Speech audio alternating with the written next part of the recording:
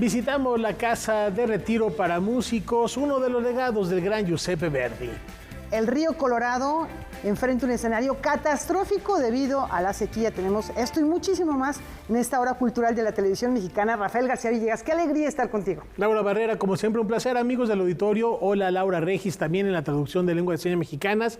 Y vamos a arrancar algo que tiene que ver con medio ambiente y concientizar de manera particular a las personas que visitan este nuevo espacio que se abre también a la cultura, Laura. Y que además es uno de los grandes pulmones de la Ciudad de México, el bosque de Chapultepec.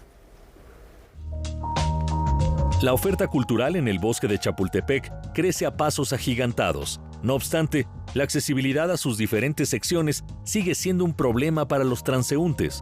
Por ello, como parte del desarrollo del proyecto Chapultepec Naturaleza y Cultura, a cargo del artista Gabriel Orozco, se ha construido una calzada flotante que sobrevuela Anillo Periférico y conecta el complejo cultural Los Pinos con la segunda sección del bosque.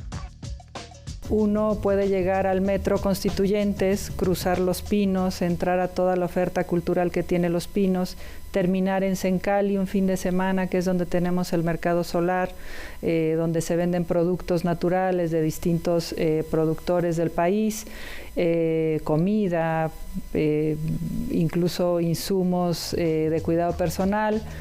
Toma la calzada, son 200 y cacho metros caminando. Es un sueño que creo que teníamos todos los que hemos transitado en vehículo, al menos por el periférico, y por estas vías un poco agrestes para el peatón. Hoy continúa la construcción de múltiples recintos en las 4 secciones del bosque, como el Parque Urbano Aztlán y la Cineteca Nacional de Chapultepec. También ya hay algunos que están listos para recibir al público, como el Centro de Cultura Ambiental sobre la Avenida de los Compositores. Se habla de cambio climático, se habla de nuestro mundo natural y de qué ha significado el bosque como ecosistema en una ciudad como esta. El Centro de Cultura Ambiental fue un concurso nacional que se hizo. El arquitecto ganador se llama Rafael Cobo. A lo largo de su gran sala encontraremos figurillas, piezas de cerámica y otros objetos con más de 3.000 años de antigüedad. Para la calzada flotante se invirtieron 301.4 millones de pesos y para crear el Centro de Cultura Ambiental 281 millones de pesos. Es una inversión que no ha cambiado, que se tenía prevista desde un principio y que además se verá acompañada a lo largo del año y de los siguientes años de una vida cultural propia. Incluso el puente va a tener vida cultural eventualmente los fines de semana, por ejemplo. Esto ya implica los distintos estudios que se tienen que hacer de manera previa, de impacto medioambiental, de fortalecimiento de infraestructuras, de pertinencia social y de inversión. Y también tiene dentro el pago que se hace a una supervisión de obra como dicta la ley. La meta a corto y mediano plazo es que las 4 secciones de Chapultepec se puedan transitar sin la necesidad de algún tipo de vehículo. Y eso no se puede hacer sin una obra de infraestructura como el cablebús que se ha planteado. El cablebús quizás sea la última obra que entregue el proyecto Chapultepec y está planteado que se conecte desde Los Pinos, que aquí es donde llega una de las estaciones del metro, y a partir de esta conexión vaya haciendo paradas por las distintas secciones hasta la 4ª sección al pueblo de Santa Fe.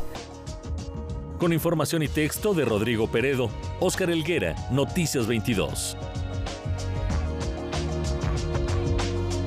¿Y qué les parece si ahora nos vamos a recorrer la República? Efectivamente, porque la cultura del continente late en Aguascalientes.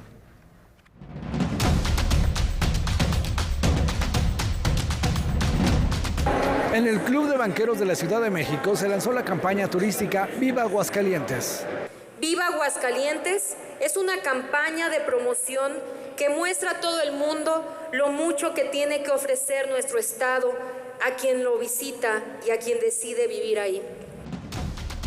Este proyecto tiene el objetivo de invitar al público a disfrutar del estado durante todo el año a través de actividades divididas en 4 ejes: turismo, negocios, deportivo y cultural. Hay varias cosas de Aguascalientes, por ejemplo, ahí nació la Catrina, Tenemos la riqueza pictórica de Saturnino Herrán, arquitectónica de Fructuoso Contreras. Ahí se desarrolló el nacionalismo. Estuvo López Velarde en Aguascalientes, Manuel M. Ponce. Entonces, hay mucha riqueza histórica. Además de ofrecer 12 convocatorias de creación artística, el Instituto Cultural del Estado de Aguascalientes llevará su oferta cultural a todos los municipios. Y a nuestro presente, lo que nos importa mucho es el poder llevar los productos y los servicios culturales de manera progresivamente gratuita, sobre todo a los espacios del Estado en donde normalmente, históricamente, no han tenido acceso por situaciones ya sea geográficas, socioeconómicas, etcétera, a servicios y productos culturales. Y creo que ese es el reto importante, ¿no? A través de la plataforma Viva Aguascalientes estará disponible toda la oferta cultural, que va desde la ruta del vino, bellezas naturales, ferias y festividades, así como el turismo de reuniones y religioso.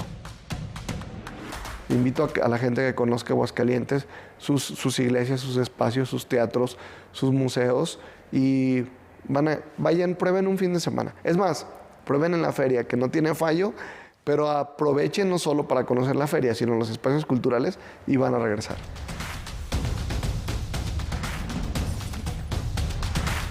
Para Noticias 22, Óscar Cortés.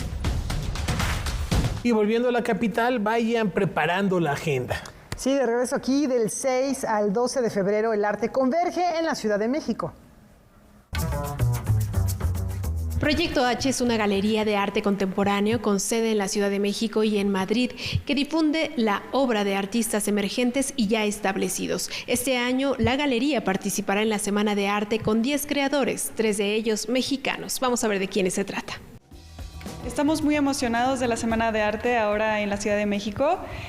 Proyecto H participa en Sonamaco, participamos también en Salón Acme y tendremos 2 exposiciones aquí en la galería. En Sonamaco, esta galería presentará obras relacionadas con la ilusión óptica de artistas españoles como Isabel Alonso Vega, Pablo Armesto y del venezolano Rafael Barrios. Los mexicanos que participarán serán Jorge Jaspic, José González Beites y Gabriel Macotela. José González Beites y de Gabriel Macotela llevamos cuadros de óleo en lienzo y de Jorge Jaspic llevamos una escultura bastante representativa de roca volcánica. Es una pieza homenaje a Vicente Rojo. El título se llama Recuerdos, que hace alusión a la serie de recuerdos de Vicente. Y evidentemente el triángulo, un recordatorio. Vicente Rojo fue un artista que me influyó muchísimo, sobre todo en mi obra joven. Por su parte, el pintor, escultor y grabador Gabriel Macotela llevará una de sus piezas monocromáticas que se inspira en el urbanismo. Con el tema un poco de la estructura de las ciudades, ¿no? Del barroquismo y tal vez con una pequeña influencia del cubismo, ¿no? y del hombre metido en estos, porque el tema ha sido siempre un tema urbano.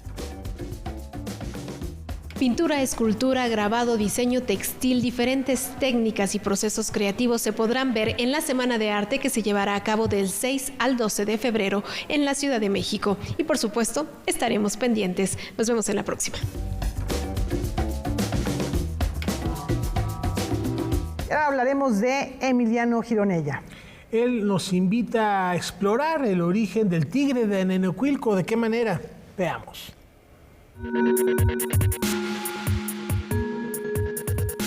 El arte de Emiliano Gironella ha llegado a Casalán para promover una nueva mirada al movimiento zapatista y a la figura del caudillo del sur. Se llama Emiliano Orígenes, que es después de todo lo que pasó y todos los acontecimientos que pasaron durante los 100 años del asesinato de Zapata, es ahorita regresar y generar un diálogo de primer nivel, tanto con asociaciones campesinas como la CODUC, que tomaron el Palacio de Bellas Artes, como historiadores de la talla de Javier García Diego. 18 piezas de técnica mixta provocan una revisión a la historia y un reencuentro con Emiliano Zapata. El sentido de Emiliano Orígenes, a decir de su creador, es reivindicar también la imagen del héroe revolucionario. Desde que el subcomandante Marcos toma al personaje de Zapata existe la confusión de ser un movimiento indígena y no es un movimiento del campo. Para la elaboración de estas piezas, Emiliano Gironella recurrió a algunos integrantes de la Coalición de Organizaciones Democráticas Urbanas y Campesinas, mismas que en 2019 protestaron contra la muestra Emiliano, Zapata después de Zapata. A raíz de la exposición, por llamarle así, en Bellas Artes, coincidimos en que esa imagen que se presentó en las obras expuestas, pues se alejaba de la narrativa que conocemos en el campo y en el país de lo que es el emblema y la imagen de Zapata. Desde el movimiento campesino, la figura de Zapata no solamente es un ícono que representa las luchas campesinas por acabar con las injusticias. Para nosotros, la imagen de Zapata reivindica la libertad y la posibilidad de hoy, de manera legal, tener el derecho del acceso a la tierra. Miliano Orígenes de Emiliano Gironella permanecerá hasta finales de marzo en Casa Lam. Con imágenes de Saúl Nieto y Francisco Hidalgo, reportó para Noticias 22, Rodrigo Peredo. Cuenta el maestro Gironella que le quitó la E a Emiliano precisamente por cómo era la fonía en aquella época del nombre Emiliano. ¿Dónde vas, Emiliano? Y por eso es Miliano y no Emiliano Zapata. Que quedó ahí un poquito la curiosidad del cambio del nombre, ¿no? Y da nombre a la exposición. Ahí está, muy interesante, que darse una vuelta. Claro que sí.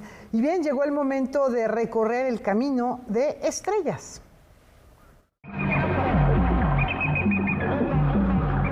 Un video que se vale de la narrativa histórica y poética de un personaje rescatado por un periodista durante la guerra en Angola es lo que la artista portuguesa Mónica de Miranda presenta en la sala virtual número 10 del Museo Universitario de Arte Contemporáneo bajo el nombre Path to the Stars, Camino a las Estrellas.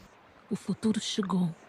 Não mais forjar a esperança, a matriz da humanidade. Ella hace una revisión de un personaje que sabemos que existió, pero no tenemos mucha información. Su nombre era Carlota y era una combatiente durante la Guerra Civil de Angola. Y tenemos algún tipo de registro porque tuvo contacto con el escritor y periodista polaco Kapuscinski. Y a raíz de eso sabemos que existió, pero no hay mucha más información. Mónica de Miranda pertenece a una generación de artistas nacidos en Europa, de padres inmigrantes, en su caso angoleños, que abordan una deuda histórica y familiar, reflexionando en parte sobre el decolonialismo. Não vejas o meu rosto escuro. Somos a mesma raiz secreta. Onde nos leva este rio? Ao azul.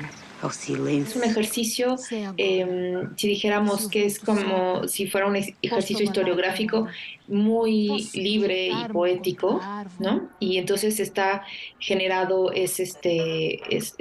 por supuesto, es como una representación, es una puesta en escena con actores y con personajes, y el guión, que es muy hermoso, muy poético, está construido tanto por textos que ella escribió como por citas textuales de otros textos. Rios rotos e deslavados. Este particular registro de la guerra en Angola se vale de recursos cinemáticos y teatrales, de la oralidad, para presentar un recorrido en el que el personaje se desdobla. Es un recorrido en donde vemos a este personaje, Carlota, por el río Cuanza, que serían como los dos personajes, ¿no? O sea, tanto Carlota como el río son los personajes principales. Y en el recorrido de Carlota por el río, ella va como desdoblándose y viéndose en distintos momentos y con distintas agencias, digamos. O sea, está como niña, ¿no? Como joven, a veces está como ella, como en doble. Path to the Stars, Camino a las Estrellas, está disponible hasta el 23 de julio en la Sala 10, dentro de la sección Exposiciones en el sitio electrónico del Museo Universitario de Arte Contemporáneo. Uma vez e outra, quantos corpos inertes no rio. Noticias 22, Víctor Gaspar. Aberta por gente estranha. Minhas mãos guerreiras.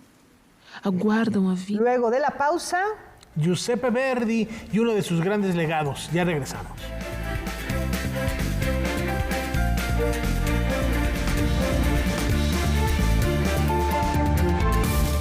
Ser verde no es estar a la moda como muchos piensan.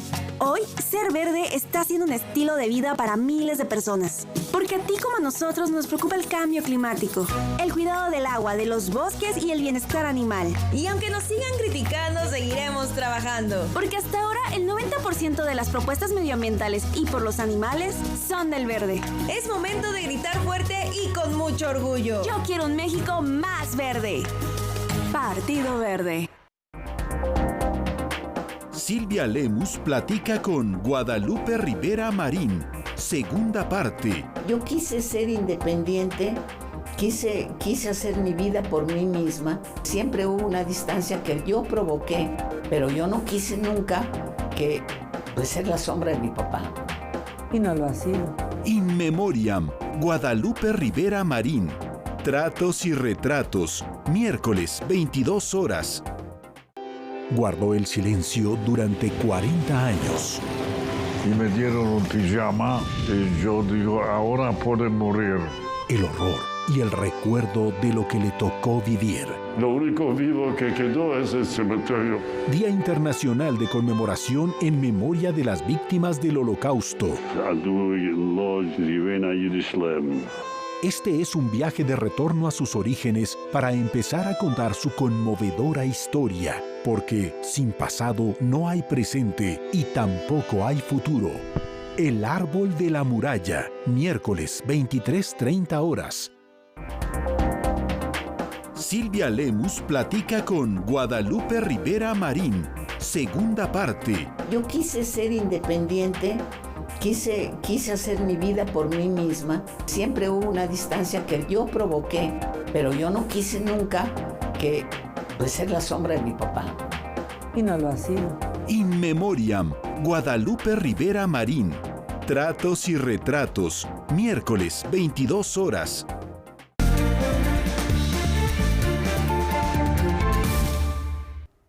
El 27 de enero se cumplen 122 años de la muerte del famoso compositor italiano Giuseppe Verdi, un legado enorme, un legado artístico que ha sido de gran valor, pero no solo sus óperas son tesoros para el mundo, sino que, según él, su obra más bella era la Casa Verdi, una residencia de ancianos músicos o de músicos retirados en la ciudad de Milán, y ahí se respira felicidad y no se conoce el aburrimiento seguramente. Valentina Torrado, de nuestro canal aliado Deutsche Welle, nos cuenta la historia. Valentina, muchas gracias. Saludos desde Berlín y es un gusto estar con ustedes nuevamente. Pocas veces se escucha que en una residencia de ancianos sus huéspedes estén tan felices y tan bien atendidos. Y con motivo de los 122 años de la muerte del compositor Giuseppe Verdi, como cada año, se celebra a su gran modelo y mecenas de las artes.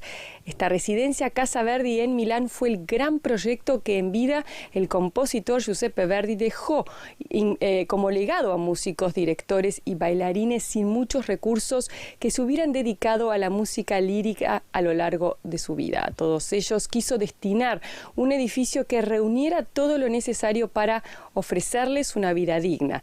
En este momento son 60 personas las que viven aquí. En su testamento, Verdi garantizó además una jubilación digna a sus colegas con los ingresos procedentes de los derechos de autor de sus obras, pero desde el principio también hubo generosos donantes. Por supuesto, los propios huéspedes también contribuyen al mantenimiento en función de sus posibilidades económicas. En este lugar la música nunca deja de sonar y se respira mucha alegría. Ese era uno de los deseos que el famoso Giuseppe Verdi dejó inmortalizado en el papel. Y en efecto, en la Casa Verdi hay pianos, arpas y violines a la vista. Los estudiantes del Conservatorio de Milán tocan a menudo aquí y valoran mucho los consejos de sus colegas mayores. El diseño de la casa se la encargó a su amigo, el arquitecto Camillo Boito, a finales del siglo XIX. De arquitectura neogótica, en su interior, sin embargo, se muestra el esplendor del arte modernista de la época. Para él, esta ha sido su obra más bella e importante que tristemente su inauguración no llegó a ver en vida. Gracias por su atención Y me despido con un gran saludo desde Berlín, Valentina Torrado, de W. Gracias, Valentina. Ha de ser un lugar verdaderamente mágico, sobre todo destacando la pasión y lo querido que fue Giuseppe Verdi en vida, un revolucionario en toda la extensión de la palabra, no solo en lo que respecta a la música, sino también en lo que respecta a los ideales. Hemos hablado muchas veces de su coro famosísimo de la ópera Nabucco, pero también podemos hablar de obras esenciales, desde el Oberto hasta llegar a la Traviata y pasando por Falstaff y pasando por las grandes obras que forman hoy parte de la memoria colectiva, no solo completas, sino también esas áreas, Laura, que son muy representativas. La Donna e Mobile de Rigoletto, en fin, es larguísimo lo que podríamos hablar de Giuseppe Verdi el próximo viernes. Ya lo escuchábamos en este reportaje, un aniversario más de su natalicio, pero siempre será buen pretexto recordar a uno de los grandes compositores de ópera de todos los tiempos. Sí, él muere precisamente en Milán. Y por ello es que él amaba mucho esta tierra ahí al norte de Italia y que decide crear este refugio para músicos que se dio cuenta, yo creo que en buen momento, de que no tenían ningún lugar al que ir después de retirarse de sus actividades artísticas. Y como era el acrónimo de la época, Viva Verdi. Viva Verdi. En fin, ahí está pues este recuerdo y ojalá algún día, sin ser músicos, pero sí de visita, tengamos oportunidad de conocer esta bella casa en Milán. Sí, se ve realmente muy, muy hermosa.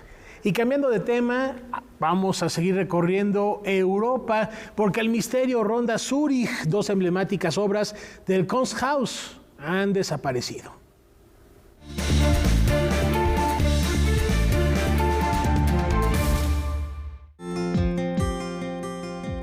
El Museo Kunsthaus Zúrich, el más grande de Suiza, envió 700 obras para su limpieza y restauración después de un incendio, pero 2 de ellas desaparecieron. Los cuadros extraviados son soldados en un campamento del pintor flamenco Robert van den Hoek, fechado a mediados del siglo XVII, y narcisos y otras flores en un jarrón de cristal sobre una losa de mármol pintado por el holandés Dirk de Brey en 1973. Ambos son préstamos permanentes de coleccionistas privados y pertenecen a la colección Antiguos Maestros. El Kunsthaus Zúrich cuenta con cerca de 4.000 pinturas y esculturas y 95.000 obras gráficas, que van del siglo XIII hasta la actualidad, y constituye una de las colecciones de arte más importantes de Suiza. Noticias 22, Julio López. Increíble, ¿no? Y bueno, vamos a adentrarnos en las profundidades y maravillas del mar de Cortés.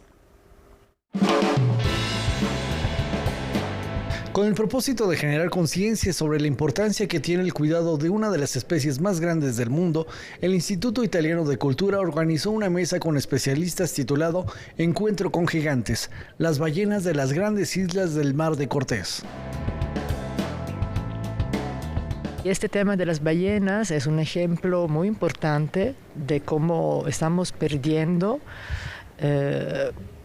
la sostenibilidad, ¿no?, en muchas regiones del planeta. En México se tiene la presencia de 8 de las 14 especies de ballenas en el mundo. A pesar de que la caza no es un motivo de la disminución de su población, existen otros factores que las ahuyentan, como las colisiones con naves marítimas, así como la contaminación por químicos.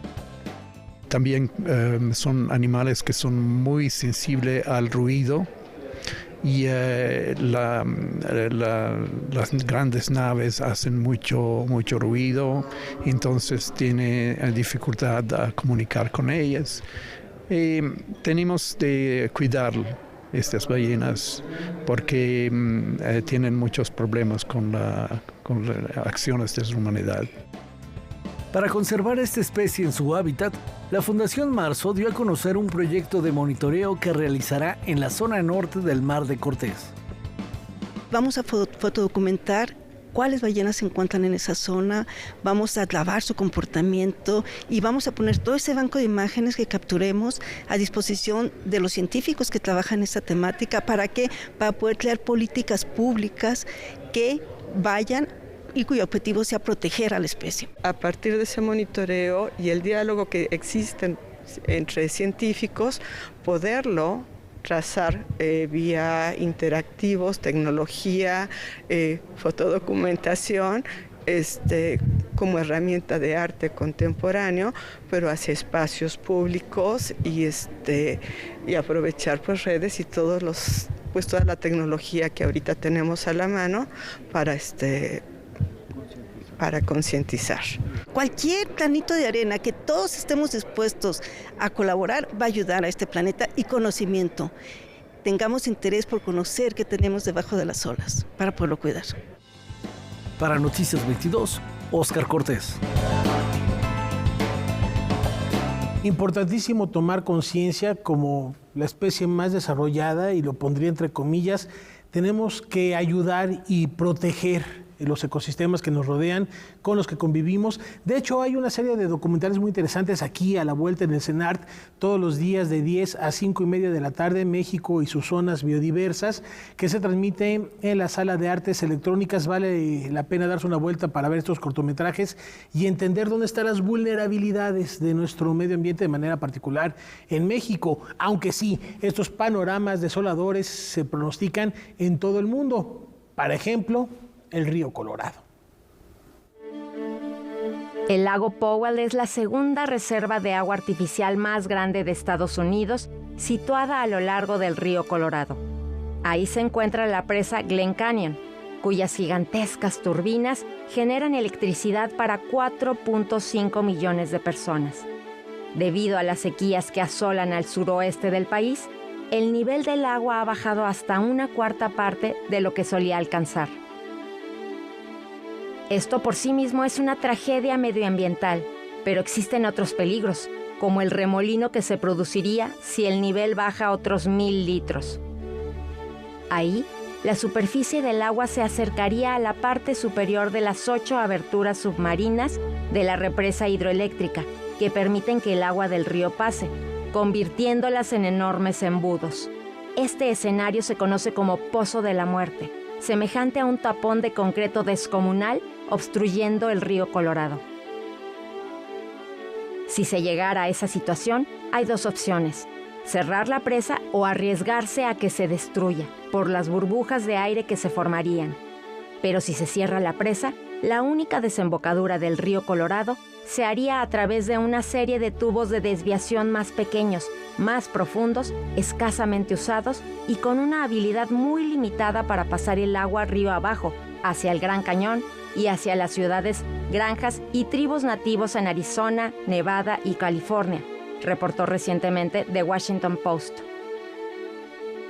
El gobierno de Estados Unidos proyecta ese escenario catastrófico tan pronto como el próximo mes de julio, pues las reservas y los suministros de agua subterránea han caído dramáticamente y los estados y ciudades ya enfrentan restricciones de agua y electricidad. El río Colorado, de 2.333 kilómetros, empieza en las montañas rocosas de Colorado y termina en el Mar de Cortés, en México, por lo que también nuestro país se vería perjudicado. A lo largo de él hay más de 12 presas que forman grandes reservas como el lago Powell y el lago Mead. Las sequías han afectado al sistema entero, pero además han provocado cambios para las especies marinas que habitan en él, incrementando la presencia de depredadores. Por si fuera poco, si Glen Canyon cierra, deberá ponerse en funcionamiento la planta nuclear de Palo Verde. Para Noticias 22, Katia León Monterrubio. Témenlo todo es el título esta noche de Debate 22, cuando Kimberly Armengol reciba a la saxofonista María Elena Ríos. No se pierdan esta charla al término de Noticias 22. Es un tema del que no nos podemos sustraer, es un tema importantísimo lo que está pasando en México y en otras partes del mundo con ataques, agresiones con ácidos a mujeres principalmente, aunque también ha ocurrido a hombres. Muy delicado, muy vigente. Gracias. Y además de este tema hoy se está generando información, así que no se pierdan Debate 22 al término de este espacio informativo. Una brevísima pausa, ya volvemos.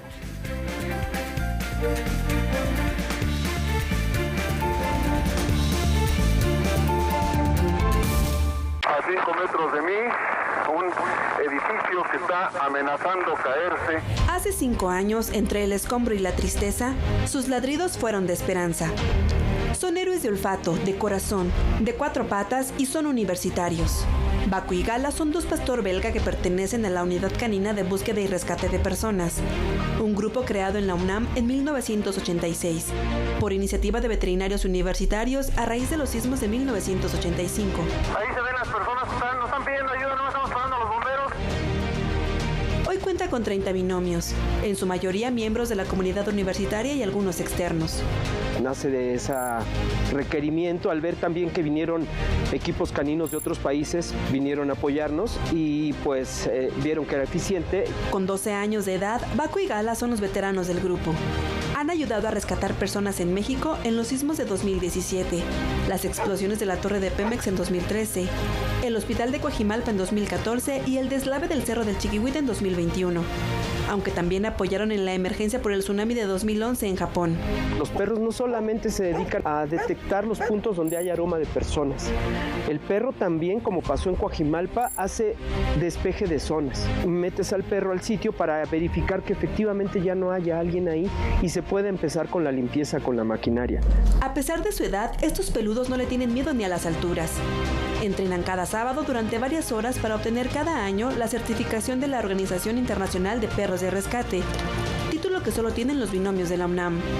Baco y Gala están siempre dispuestos a ayudar, pero también lo están Foxy, Druso y Hueso, un perro rescatado de la calle.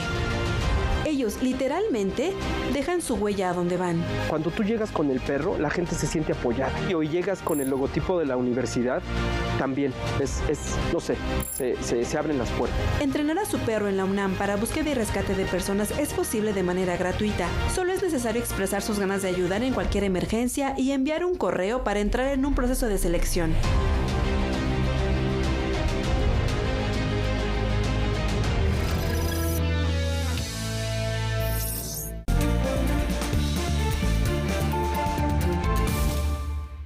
Los desafiamos a entrar a las profundidades del Tártaro. Descubramos qué tan diferente es este inframundo del que descubrió en algún momento Virgilio. Inicia temporada Tártaro, una obra que exhibe el violento panorama al que se enfrenta gran parte de la juventud en México. El calor de la canícula, compacto en un instante, y el crujido de la tierra. Lo que Tártaro pues intenta reflejar es también qué es eso que hay alrededor, ¿no? ¿Qué es eso que hay alrededor, alrededor de la vida de un niño o de un muchacho que pues se enfrenta primero a pues, la necesidad obviamente de sobrevivir, la más dura de todas, no realmente a sobrevivir en medio de un campo de violencia específico, en medio de una sociedad llena de violencia. En este monólogo llena de ironía y humor, el protagonista cuenta su vida, desde sus motivaciones que le dan sentido a su existencia, así como de los sucesos que lo orillaron a participar en el crimen organizado. Lo que intenta es provocar una reflexión sobre una condición social. Para mí es una obra muy sociológica, para que el espectador no solamente se lleve una historia divertida o lo que sea, o dolorosa o desgarradora, sino que también se lleve algunas cosas que pensar o que reflexionar sobre esta situación sociológica que viven estas personas, ¿no? Esta obra, cuyo nombre hace referencia al lugar que para los griegos era el más bajo del universo, incluso por debajo del inframundo, se presentará de jueves a domingo hasta el 5 de febrero en el Teatro Julio Castillo. Noticias 22, Óscar Cortés. Es momento de echar un vistazo al acervo de Canal 22. Vamos a ver qué se encontró esta semana nuestro compañero José Antonio Hernández. Adelante.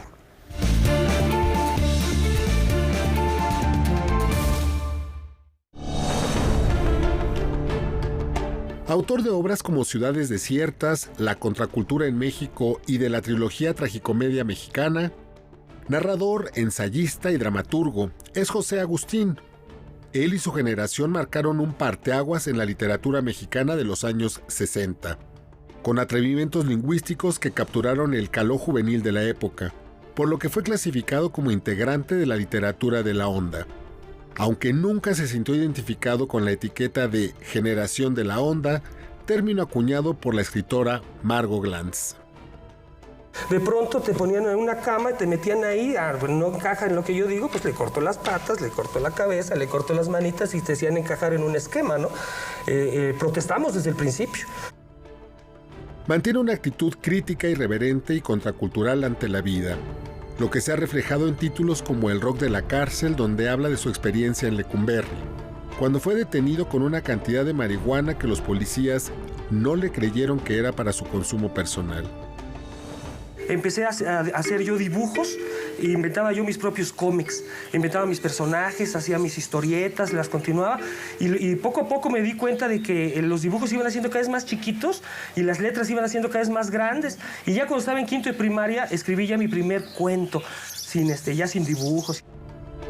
Estudió en el Centro de Estudios Cinematográficos de la UNAM y participó en el taller literario de Juan José Arriola.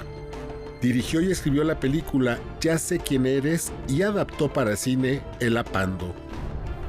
Empecé leyendo la Ilíada, la Odisea, la Eneida, Jean-Paul Sartre, Albert Camus, Karl Lagerfeld, los Beatniks, Kerouac, Ginsberg, Eneida, y me seguí por las cosas así de los clásicos griegos que me gustaban mucho.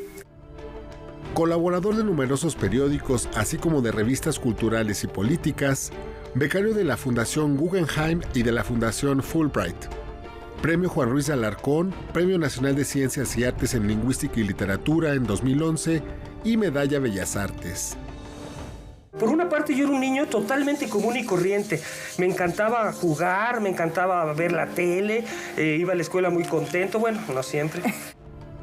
Noticias 22, José Antonio Hernández.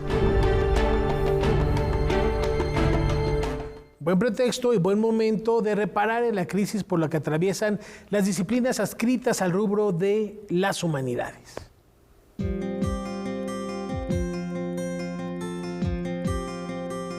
Las humanidades te forman como persona, te dan un criterio, te dan una mirada, te dan herramientas, te permiten discernir.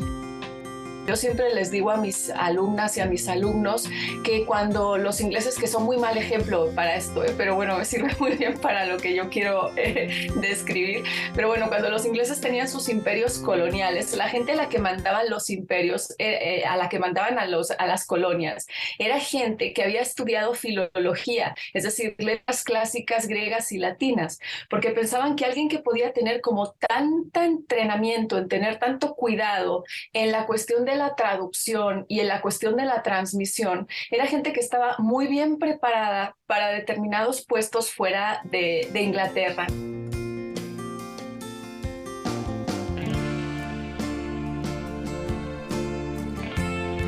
Una de las características que a mí me parece fundamental es que se ha equiparado la racionalidad con un solo modo de razón, que es la racionalidad instrumental, que tiene que ver con lo que tiene que ser útil y además útil en un nivel casi de inmediatez, sino como que nadie le ve caso, chiste, etc.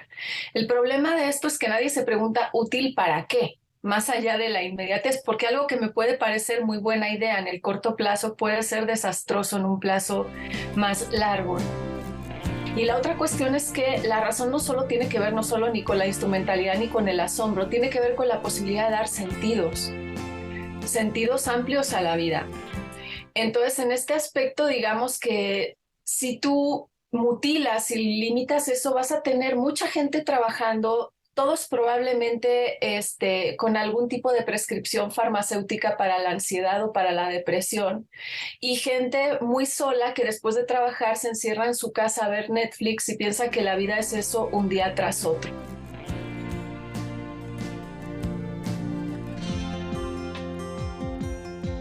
Lo que sucede es que hay una crisis de la idea misma de universidad. Es decir, la universidad se ve ahorita como la que te proporciona una formación profesionalizante, la que te hace un sujeto para un mercado. No interesa una universidad que cuestione las dinámicas o la constitución misma de ese mercado. En este sentido, el papel de la universidad se ha movido, porque las universidades no eran preparar gente para un mercado de trabajo. Las universidades eran formar ciudadanía. Entonces, eso es distinto. Formar ciudadanía tiene que ver con formar personas que van a ser ciudadanos públicos y que tienen que tener conciencia de derechos y de responsabilidades. Todas esas cuestiones son una formación, una preparación que es mucho más amplia de la de ser un sujeto que se inserta a un mercado laboral que no vas a cuestionar, sino que más bien vas a dejar que te pase por encima.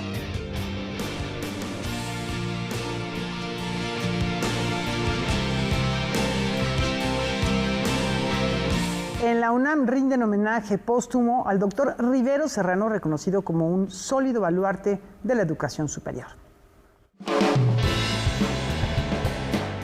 La Universidad Nacional Autónoma de México rindió un homenaje póstumo al doctor Octavio Rivero Serrano, exrector de esta casa de estudios entre 1981 y 1985, y quien falleció el pasado 12 de diciembre de 2022, a la edad de 93 años. El acto inició con una pieza musical a cargo de la Orquesta Juvenil Universitaria Eduardo Mata, bajo la dirección de su hijo, Gustavo Rivero Weber.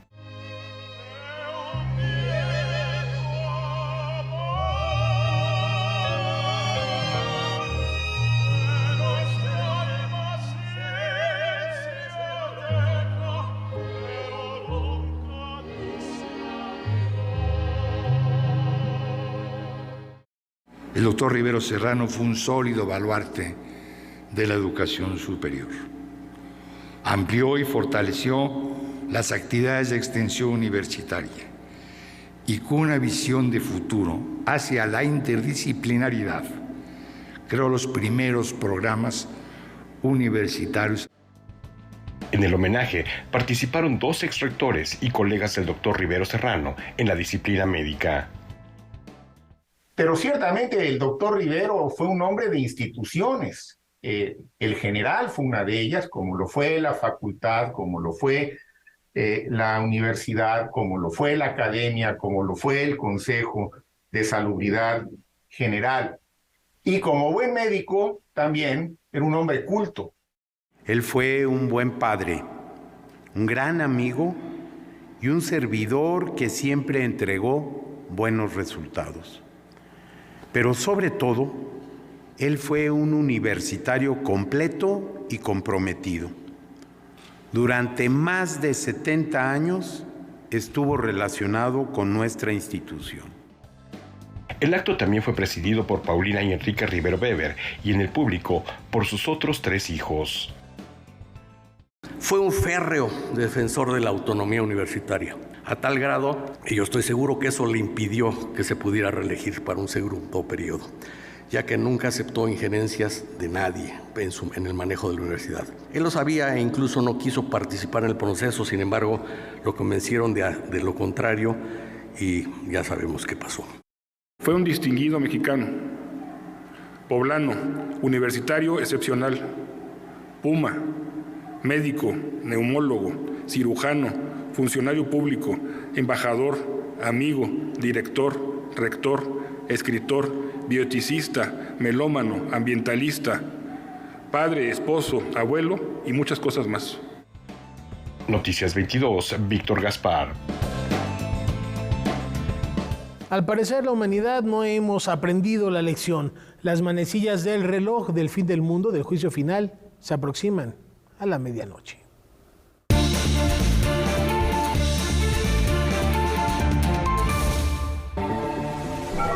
La destrucción de la humanidad está más cerca que nunca, así lo indica el reloj del fin del mundo. Cada año las manecillas se mueven según el Boletín de Científicos Atómicos, quienes analizan las amenazas existentes. Este año el tiempo se movió 90 segundos antes de la medianoche, la hora simbólica que marca el fin de la humanidad. Uno de los principales factores para que esto ocurriera fue la guerra en Ucrania y la posibilidad inminente de ataques nucleares. El reloj del fin del mundo se creó poco después de la Segunda Guerra Mundial, con la intención de crear conciencia y dejar claro que los principales responsables de la posible aniquilación humana son los propios humanos. Noticias 22, Julio López. Cine, música, artes escénicas. Todo esto después de esta brevísima pausa, no se vayan.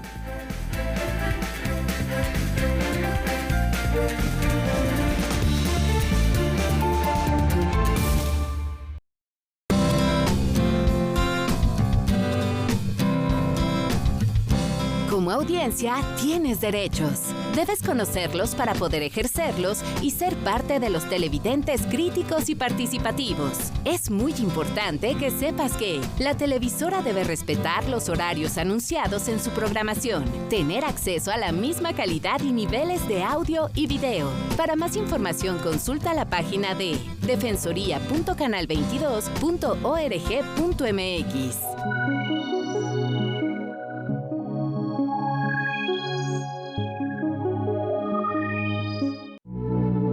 ella es dulce tentación. Deje de seguirnos, pero si yo no lo sigo, te sigo a ti. Y bastará un hombre inocente. Yo no le cobro las sesiones de masaje y usted le enseña a manejar a una persona sordomuda. Perfecto.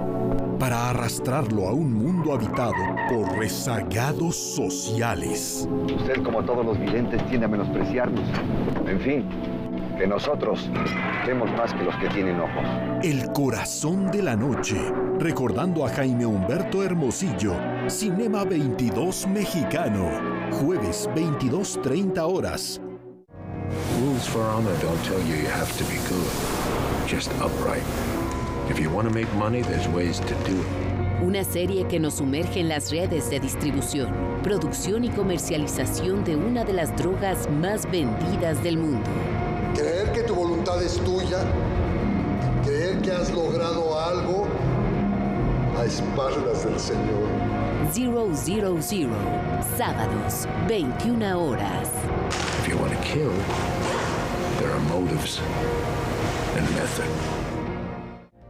Acompáñenos hoy a las 9 de la noche. Nos acompaña la saxofonista María Elena Ríos Male, quien fue quemada con ácido en 2019, quien ya ha estado con nosotros y quien no se detiene en su lucha por exigir justicia. Hoy a las 9 por el Canal 22.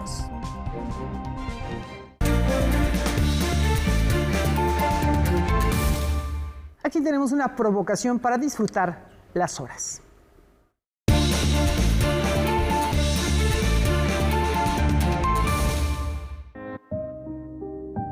El amor es una ilusión, una historia que una construye en su mente, consciente todo el tiempo de que no es verdad y por eso pone cuidado en no destruir la ilusión. Estas son palabras escritas por Virginia Woolf, la célebre novelista británica que participó en la renovación literaria que cambió la prosa a principios del siglo XX. Nació el 25 de enero en 1982 en Londres, bajo el nombre de Adeline Virginia Stephen, hija de un historiador y de una enfermera. Su obra está plagada de frases contundentes, que al paso de los años han tomado más fuerza, como aquella tomada de su novela Orlando. Por vanas nimiedades que parezcan, la ropa tiene, dicen, funciones más importantes que la de mantenernos abrigados. Cambia nuestra visión del mundo y la visión que el mundo tiene de nosotros. De su obra también destacan libros como Las olas y Una habitación propia. Noticias 22. Julio López. Que nos importe lo que piensan los demás puede ser una cárcel, decía Virginia Woolf. Interesantes también adaptaciones de su vida que se han llevado a la pantalla grande, como Las horas, protagonizada por Nicole Kidman ya en el lejano 2002. Cambiamos de tema, la indignación y el clamor de justicia toman el escenario. Después de reflexionar profundamente sobre los feminicidios y personas desaparecidas, la coreógrafa Sofía Balto alza la voz con su pieza titulada Abrir la Patria, una obra que escenifica la ira, el coraje así como la indignación de la sociedad cada vez que se descubre una fosa con cuerpos o desaparece otro. Nos gustaría que nuestra realidad fuera otra. Pero esta es nuestra realidad, esto es lo que vivimos día a día y este miedo que simbra en cada mujer cada vez que sale a la calle, cada vez que tiene que transitar en algún espacio público, no puede continuar.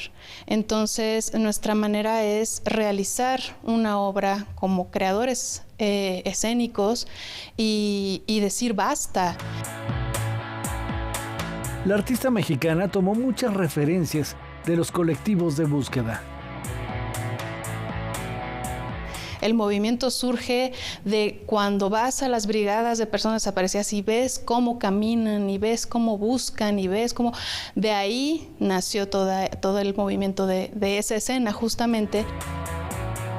Es una obra multidisciplinaria que integra elementos de gráfica, danza, performance y teatro, que invita a no ser indiferentes. Las mujeres buscadoras o madres buscadoras llaman también a esto, ¿no? A que se mueva el agua, a que no nos quedemos tranquilos, que no como mexicanos siempre sea hacer la broma de la tragedia, ¿no? No, la tragedia es la tragedia. Abrir la Patria se presentará en el Teatro La Capilla los miércoles y jueves del 25 de enero hasta el 16 de febrero a las 8 de la noche. Noticias 22, Óscar Cortés. Leonardo Ortiz Gris prepara maletas para cruzar el océano. Vamos a ver. Leonardo Ortiz Gris se ha convertido en uno de los actores mexicanos más versátiles de la actualidad. Su carrera despuntó en 2014 con su participación en la película Güeros del director Alonso Ruiz Palacios. Ahora lleva unos meses afincado en España, donde poco a poco se hace de un hombre. Acaba de terminar de filmar una serie que lleva por título Sin Huellas. Estoy muy contento y muy agradecido de que empiecen a salir proyectos por acá y que se vaya a estrenar esta serie a lo grande. La verdad es que no sé bien las fechas. Se piensa que en marzo o en abril se estrenará una serie. Es una comedia thriller y pues bueno, con actores, con una actriz mexicana y con muchos actores españoles.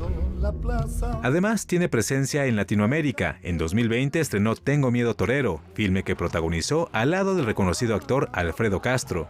Hace apenas unos meses, filmó en Chile la serie Los Robinsones. Se trata de unos pescadores que encuentran un tesoro en las profundidades del mar, pero no quieren que el pueblo se entere porque van a tener que repartir la riqueza. Todo el mundo anda diciendo que vas por buen camino para agarrar al enfermo ese. Esta semana llegó a plataformas Los Minutos Negros, largometraje que protagoniza al lado de Cristian Ferrer y Sofía Espinosa. Hace un par de meses, también filmó en México la película Firma Aquí, ópera prima de Enrique Vázquez. Segura se llevó a mi hija. Esto viene de México, de los chingadísimos pinos. Estar mucho con mi gente, regresar a México después de un tiempo de no haber trabajado ahí, a veces en condiciones muy, muy difíciles, ¿no? En cuestiones de tiempo. Ahora las películas se están haciendo en muy pocas semanas, entonces hay que correr. Noticias 22, Julio López.